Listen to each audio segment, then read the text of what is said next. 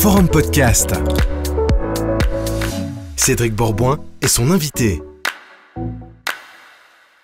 Bonjour à toutes et à tous, bienvenue pour ce nouveau podcast filmé. J'ai la grande chance aujourd'hui d'accueillir un autre Cédric Baudat. Bonjour. De l'imprimerie Baudat, pas au Sentier, mais à Lorient, vous êtes, hein, c'est exactement. Juste, qui est partenaire de quasiment de la première heure du Forum économique roman, donc ça fait un peu plus de 14 ans maintenant.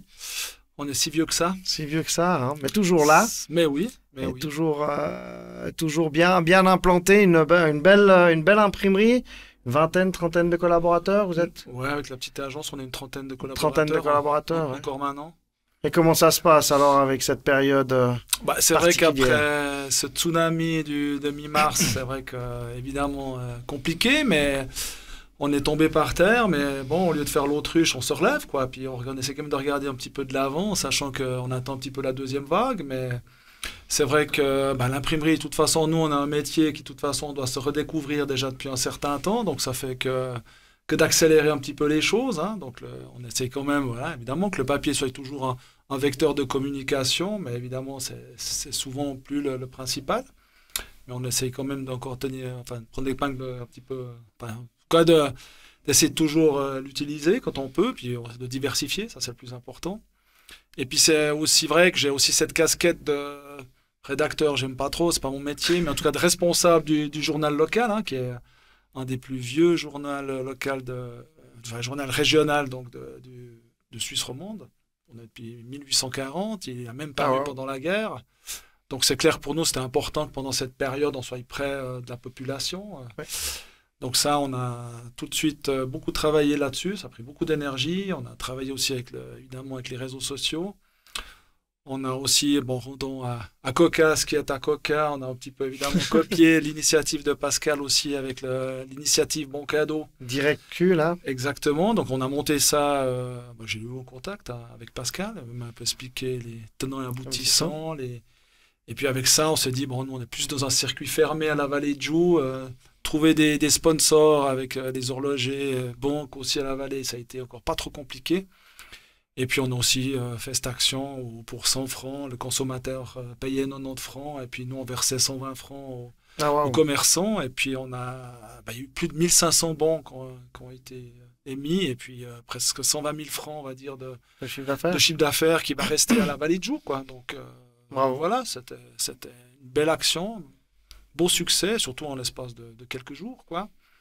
Et puis là maintenant, avec la réouverture des restaurants, j'ai retrouvé aussi quelques sponsors qui vont aider le journal pour pouvoir que les restaurateurs bénéficient en fait d'un support publicitaire dans notre journal ce jeudi, également à la télévision locale et sur des écrans qui sont aussi dans les centres commerciaux, centres, Microcop, etc. À la vallée de Joux, on a aussi les écrans. Donc là, voilà, on leur permet un petit peu de communiquer, mais c'était pour avoir aussi eu un petit contact avec Gastrovo. Ils sont aussi un tout petit peu dépassés par les événements. Ils savent pas comment ils vont ouvrir. Ils ont peur s'ils ont assez de désinfectants. Ils savent pas comment ils vont faire avec leur table. C'est vrai que, puis mine de rien, ça c'était vendredi, et puis lundi, on avait déjà toutes les informations, les annonces. Au début, on se dit, c'est pas sûr qu'on y arrive. Puis en fait, on voit qu'aussi tout le monde se démène maintenant pour s'en sortir, quoi. Je crois qu'ils vont travailler par multiple de 4, et puis de ce qu'on entend, de ce qu'on voit et de ce que je pense, ils vont être pris d'assaut comme la célèbre chaîne de Drive-In a été pris d'assaut, à mon avis.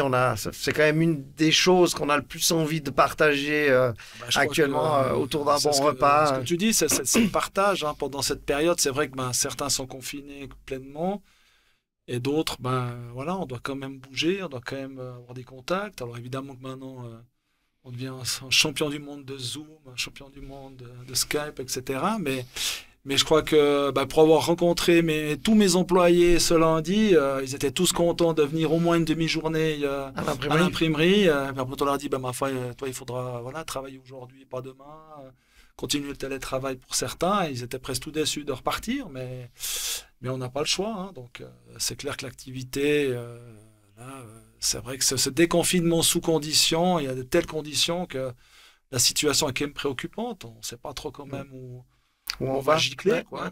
Terme combié, mais quand on dit on y va, quoi. Mais voilà. Bon, on est quand même... En tout cas, je pense qu'on est quand même relativement bien aidé. C'est peut-être pas optimum pour toutes les professions, mais je crois que, en tout cas, personnellement, je l'ai déjà dit à moult reprises, je suis confiant par rapport au Conseil fédéral, toutes les directives qu'ils mettent en place et les différentes aides qui sont déjà arrivées et j'en suis sûr qu'ils vont encore arriver. Ils sont obligés, il n'y a pas le choix pour aider l'économie à passer au travers, parce qu'il y en a pour c'est vital. C'est vrai que moi, j'ai aussi été impressionné effectivement par l'aide de la Confédération au niveau des prêts, même le RHT. Nous, on a pu bénéficier de ça très rapidement. Donc, ça nous permet en ce moment d'être à l'aise financièrement avec les liquidités, de pouvoir aussi payer les autres fournisseurs. Donc, tout le monde est content. Ouais. Maintenant, voilà, quand il s'agira de rembourser, on verra jusqu'où on devra rembourser, dans quelles conditions. Ça c'est un autre problème, mais je crois qu'en ce moment, on fait un peu jour après jour. Et puis, tout en essayant quand même de faire des prévisions jusqu'à la fin de l'année, c'est ce qu'on a dû faire aussi ces derniers jours. Donc, avec ça, on devrait rester sur les rails. Mais c'est vrai qu'on est très attentif à la situation. À l'imprimerie, pas facile de faire du télétravail depuis la maison, à part la partie peut-être graphique, préparation de documents, préparation à l'impression, enfin je sais pas. Ouais. Non, effectivement, on a une équipe bureau technique aussi, ça peut travailler depuis la maison pour les offres, celle qui est encore à faire, on va dire. Tout ce qui est effectivement PAO, donc composition aussi à la maison, et puis effectivement l'atelier, bon là les machines au niveau des distances, c'est pas trop un problème, on a 600 mètres carrés, puis, ils sont 5-6 personnes maximum à l'intérieur, puis là aussi on fait des équipes quand c'est nécessaire.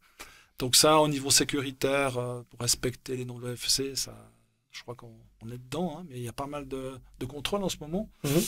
Donc non, ça de ce côté-là, on est assez confiant, quoi.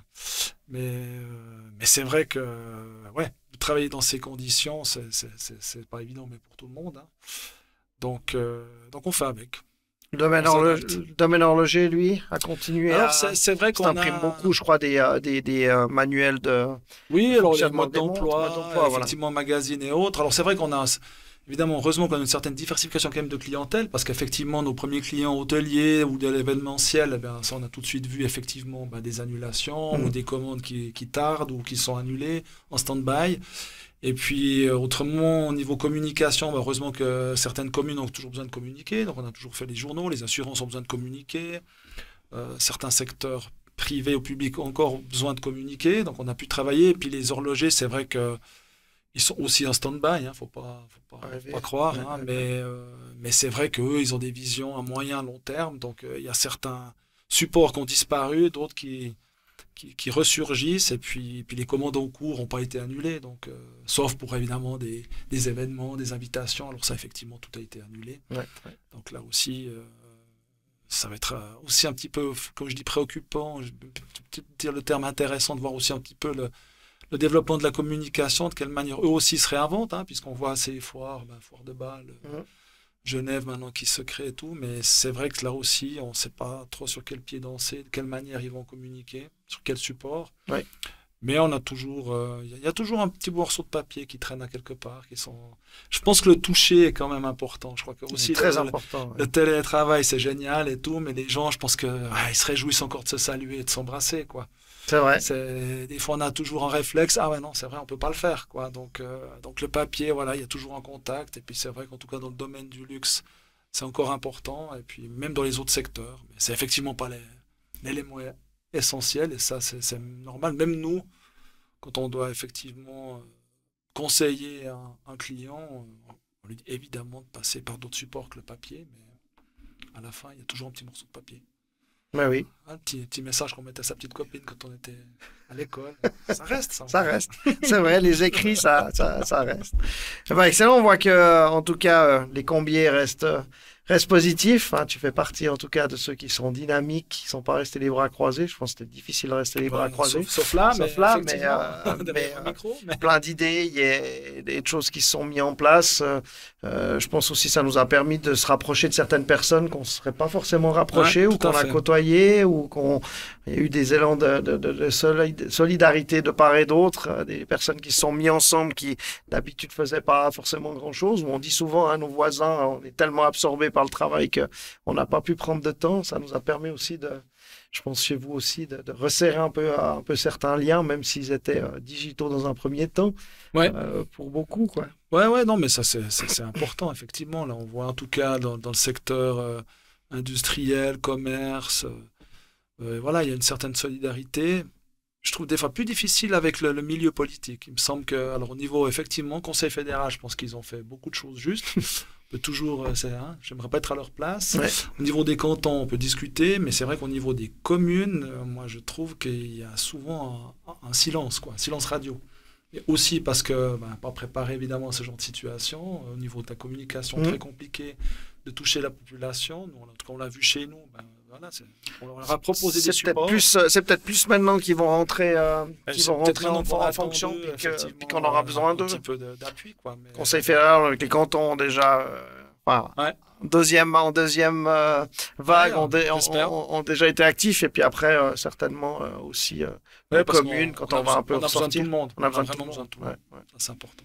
Bon, écoute, Cédric, un grand merci pour ce deuxième podcast, parce que vous le savez pas, on en a fait une première il y a quelques semaines et malheureusement un gros problème technique, mais on a pu aborder d'autres sujets. Puis j'espère qu'on a été moins mauvais, on sait pas. Merci en tout cas, et puis bravo pour ce que tu fais. Merci et puis merci pour le partenariat de longue date avec Forum. Merci. Au revoir.